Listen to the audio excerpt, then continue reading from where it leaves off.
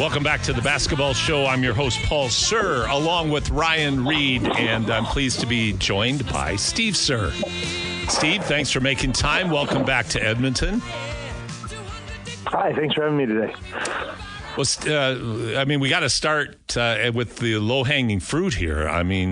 Where would you like to start about what your women's 3x3 team, the national team from Mongolia, just accomplished at the FIBA 3x3 World Cup in Ulaanbaatar, Mongolia?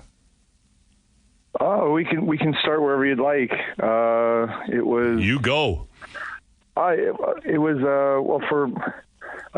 anyone listening who doesn't know, our women's team, the Mongolian 3x3 women's team, finished second at the World Cup and won the silver medal. This is a history-making step for Basketball Mongolia. It's the highest finish that any team has had at a world event in any sport in their country's history. So it was a really big deal, and it was a storybook run for our girls. The previous World Cup held 2 years ago in Vienna, Austria. We didn't win one game. The previous World Cup to that in Antwerp, we won one game against Egypt, who had 3 players for that game, and it was a huge jump. It's the product of the girls' hard work and their determination to continue to try and improve in basketball. And it's one of those things where if you see it on social media or you catch some highlights, you go like, wow, this just popped up overnight. It's the product of 3 years of hard work and persistence and belief that it can get better if we're working on the right things and if we continue to progress. So it's an incredible moment, and I just couldn't be prouder of the players and what they accomplished. Well, and the end result in and of itself, when you look at it, a silver medal, that's fantastic. But the road there, I remember, Steve, we exchanged messages after you beat Brazil. And Brazil's a good team in the Americas zone, and that was a big deal. But then it was followed up by wins against teams that nobody prior to the tournament would have ever given you a chance to beat. Maybe walk through the games that you won. Sure, that'd be great. We had a pool of, so for the World Cup in this one, there were 5 teams in 4 pools. So in order to advance, you had to finish in the top 3. And the way that it worked was the top seed in each pool would advance directly to the quarterfinals, and then the second and the third would advance to a play-in round where the winners of that game would move into the quarterfinals. So when we were planning for this, we hadn't set a bar of, well, we need to do this or otherwise we don't succeed. When the seeding came out, we knew our pool was Brazil, Ukraine, Germany, and Spain, which when you look at it, is the Olympic gold medalist in Germany, the Olympic silver medalist in Spain, and the AmeriCup bronze medalist in Brazil. So it's a really tough pool, like every pool was. But when the seeding came out, we saw that we had Brazil as the first game. I had played for Canada in May at the World Cup qualifier in Baku, Azerbaijan, and one of the teams that was there on the women's side that qualified was Brazil. So I watched them play a little bit, and once we saw the seeding, went back to the video, and I said to the team and to the guys who I'm working with, is like, the only game that matters here is Brazil, and we can beat them. They're physical, they're strong, they're athletic, but there's just something about the way that they play that if we handle our business correctly, we can beat these women. So that was what our preparation was, really reinforcing to the girls, like, hey, they're going to hammer you on the glass. They're going to put the ball on the ground. They're going to drive. They're going to be super physical with you. But if you set good screens away from the ball, if your defense is hands up, we call it, it's a pretty common term now, wall up, close to the basket instead of reaching and fouling, they're going to have a hard time finishing over you. We can beat them. So in our first game, we were struggling to get going. I think there were nerves playing at home in front of our crowd.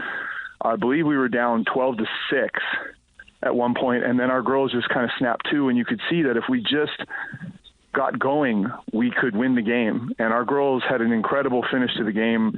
We went on a 9-2 run, and we ended up winning 15-14.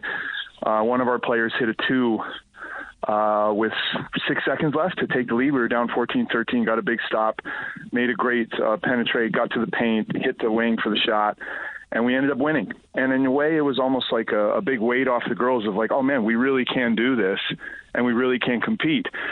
So that was our first game. The second game that day was against Spain, who is a terrific team, and we played with them hard for the first 5 minutes, and then they hit a couple 2s and put the pedal down and ended up beating us. But the score didn't reflect, I thought, how well we played. And then our second day, we moved into playing Germany and Ukraine. We were 1-1, so we had a good chance. And we messaged to the girls, if we just focus one game at a time, we can advance. And we ended up playing probably the best game I've seen us play against Germany, where we didn't foul, we took care of the ball, we made open shots, we made each other better. And again, we were just strong and focused throughout the entire game. So we ended up beating Germany and then moved into an important game against Ukraine. And our girls had a flair for the dramatic. We played 3 overtime games out of 7, and we won all 3 with some kind of dramatic shot or some kind of dramatic play, and we hit a big 2 in overtime to beat Ukraine, and the place just went nuts. So our pool play really set the tone of we can do this if we believe and if we're tough. That was our message to the girls before every game, of toughness and belief. And we surpassed whatever we had thought initially, going 3-1 in pool play. But I think the key for us was just focusing on the single game in front of us and not getting too caught up of what do we do next and what happens next. We just have to compete, win this game, and we'll move on to what's next. And what was next? Well, after we beat Ukraine, we got China in the cross, and with China being a neighboring country and obviously being a huge sports country, in particular basketball, this was a massive moment for our women, that they got to play China at home in the World Cup in a crossover game. So we're playing out of pool. This just doesn't happen if you're in Mongolia. Like, this has not happened before. The initial feeling was, oof, they're big, they're strong, they're this and that. And then we dug into video that night, and I said to our assistant coach and our physical therapist, like, we're going to beat these girls for sure. If we just wall up on defense, make it tough on them, if we move the ball side to side and make them move, we're going to beat these girls for sure. And to give our girls credit, when it came down to the tough stuff, that's exactly what they did. The ball changed sides. They had to move east to west. It was tougher for them because they had a couple girls that are really good, but big and a little slow-footed. And then our girls were, man, they were tough. They hit a big shot. And one of our girls, who has just improved so much over the last couple of years, her name is Aruka. And the last play was just one of those, like, it was just such a just get off my court play. Like, it was got a rebound, dribbled out, put her shoulder into a girl, got to the rim, missed it, got the rebound, hit the shot. That was the game winner. The whole place went crazy. And when you're watching, it was just like, that was Aruka doing the, like, get off my court. It was so cool to see in such a big moment. And then from there, our reward was the USA, which was big. But same thing is when we dug into the video, it's like, we can beat these girls if we just keep doing the things that we're doing. Manage the ball, change sides, wall up near the basket, don't be careless. We can beat them. And one of the attitudes you could see was the atmosphere at the event was incredible. Obviously, we're the home team, and the fans are completely into this, but other teams are into this as well. But every team that we played, you got the impression they were kind of like, why hasn't somebody beat these girls? We'll beat them. So I wouldn't say they were taking us light, but there was a thing of, like, we'll be all right. And in particular against the U.S., they just weren't ready when they came out. And it was funny, you could hear their staff in the stands calling out our plays, but then we'd run our plays and get shots. And it was like, well, part of scouting, sure, is knowing the play, but the next part is figuring out how you want to guard it. And they didn't do that. So it helped us a bunch. And the USA girls, they're physical, they're strong, they're extremely talented. They're really good players. but they're playing a road game in the World Cup in Mongolia against our girls who just 100% at this point believe that they could beat anybody. So again, we played a good game. One of our girls hit 2 free throws that if maybe we had more time, I would describe why that was such a big moment for her, because the night before she made a mistake and was just heartbroken against China. Even though we won, she just was heartbroken that she felt she almost lost the game. And the very next game, she had the same play to make it right, and she did it right. So it was a huge moment for her. So we beat USA, and then we had a day, moved into the semifinals against Poland. Big team, really experienced, physical, same type of thing. We scrimmaged them before the World Cup, and they kind of whipped us. And you could see there was a little bit of like, oh man, it'll just be like the scrimmage. And we came up with a plan. Same thing, physical with their big. When she's around the basket, she couldn't move very well away from the basket, so attack her. They had the leading scorer for the tournament. She shoots it real well. She gets to the rim. She's a physical guard. So it was, contest the 2, move your feet. She always goes right. And then also they were big on the Euro flop. They were really big on driving to the basket, pretending they're getting hitting and just throwing the ball at the rim. So we really talked with our girls that just go straight up in the air, make them make shots. Don't bail them out with silly fouls and play into that. Same thing. Our girls battled, stuck with them. The crowd lifted them up probably an extra level. And we went to overtime again, struggled, missed a couple shots. For those not familiar with 3x3, overtime is the first to 2 points to win. And Poland scored, and we missed a shot. We got a big stop. Aruka, who had just was the leading scorer of the tournament, was just a beast the whole week. Set a little ghost screen, popped away from it. I can't really we've repped this shot for 2 years with her, where it was just run at, get away, and she does it and gets the shot. Girl from Poland closes out just a sec too late. Aruka hits it. We win the game. We go to the finals. It was like a storybook. Yeah, it really was. To see how these girls just kept finding ways to win, kept believing, even when they got down. And I guess for the people listening, these are steps that we're taking on the biggest stage in 3x3, and were things that our women's team really struggled with in the last couple of years. That get down, all of a sudden one mistake becomes 2, and you kind of just almost mentally talk yourself out of a game. And they didn't do it this time. It's a testament to how strong they were mentally. They just kept finding ways to win against really good competition. And then in the final, we ran up against a Netherlands team that was fantastic. They beat Canada in the semis. They're super physical. They shoot the ball well. They're all on the same page. We fought like crazy. We lost 15-9, and it came to an end. But it was history for the country, history for our girls, and there was no shame in losing to a team like Netherlands caliber. Their coach is probably the best coach on the women's side in 3x3 right now, and they just played an awesome game. So our girls, the run they went on is – it's hard to put into words just what it meant, but it was incredible to watch. I'm talking with Steve Sir here on the Basketball Show. We're talking about the FIBA 3x3 World Cup that just wrapped up recently in Ulaanbaatar, Mongolia, where Steve's women's national team for Mongolia won the silver medal here on the Basketball Show with Paul and Ryan. A couple of things that I would just point out again for our listeners' benefit. Germany, who you beat, were the gold medalists at the Paris Olympics. China was the number 1 seed. The USA, along with being the USA, is the defending World Cup champion. These are monumental wins at any time in any place, like historic wins singularly. To string them together in the dramatic fashion that you described, Steve, is you just can't put it into words. And again, for our listeners, so much so that players and coach received medals from the president of Mongolia for this accomplishment. So this is truly historic and game-changing for their whole culture. I guess, Steve, maybe talk to this. I think there's so little understood about the world of 3x3, which you've been immersed in for nearly 10 years. But you talked about the scouting that you did, the breaking down of film. You treat this like any coach treats 5-on-5, don't you, in terms of practice and preparation? Oh, yeah, it's the same thing. I mean, you have your practices, you do your planning, you work on your core values as a team. We've always had to get better at defense, so defense is a big thing of our daily preparation. And then scouting was not something that was done much in Mongolia, if at all. And that's the world that I come from, playing Division I basketball, where scouting was done to the nth degree, and, knowing set plays, knowing tendencies, being able to recite them at a moment's notice.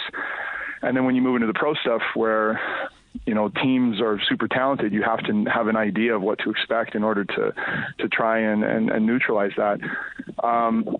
I watch a lot of 3x3. I mean, if you're in this world, you have to learn and know everything about it.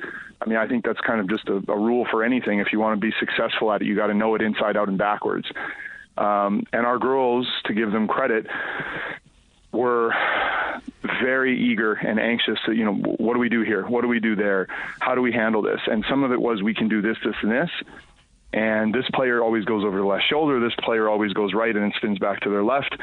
They absorbed that, they put it on the court, and then they were confident in the very last step of that is like, and then you're just going to have to play. Like, I can tell you what they're going to do. Then you have to go out and do it. But then, if it zags or if something happens, you got to just stand in there and be tough and make a play. And they did that. So the preparatory stuff was big for us because, like you said, we played USA, that's the gold medalists at the last World Cup 2 years ago. They're the bronze medalists at the Olympics a summer ago.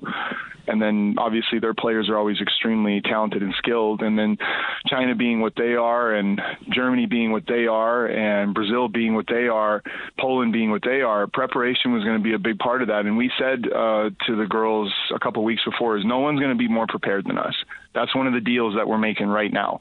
So about a month out from the event, that was the deal we said, is no one's going to be more prepared than us. So we all have to put our hands in and say, are we in agreement on this? Are we going to all focus in and that's what we're going to do? And all the girls, to a woman said yes, let's do that. So that was a big part of it. But like anybody knows, you can bring the best plan in the world to your team, but if there isn't buy-in, then it's going to be 50-50 on if it happens. So it was, again, a credit to our women that they competed.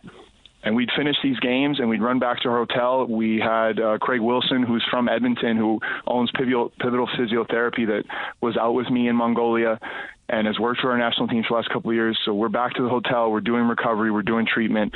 We got our scouting reports. We have video up on the TV, and we're diving right back into it. So it's the best part of the sport. If you play, you're happy for 5 minutes, and then you got to focus in on what's next. And our girls attack that. Incredible story. Incredible accomplishment. And now your team, these women, have completely changed the landscape of 3x3 basketball for a nation. You've completely changed the mentality for sport in a nation. Not many places on earth you can do that, is there? Not that I know of, but it's big, because it's not just basketball. It's women in basketball and women in sport out there. Obviously, like a lot of places, because I coach the men's team as well, and they've had success. They've won a couple Asia Cups. We've won some big Pro Tour events, and they get the lion's share of the attention. And our girls, have been fighting to continue to get better results. But if you watch it gradually, slowly, they have been achieving better results. A year ago, we won a bronze medal at the Asia Cup. A year ago, we won a women's series stopping Ulaanbaatar. This had never happened before. So they were these big steps that were happening in the moment, and people were all happy for them. But it's very much a what have you done for me lately sport, and it moves on to something else. But, it's like that quote of gradually then suddenly, and our girls continue to just persist.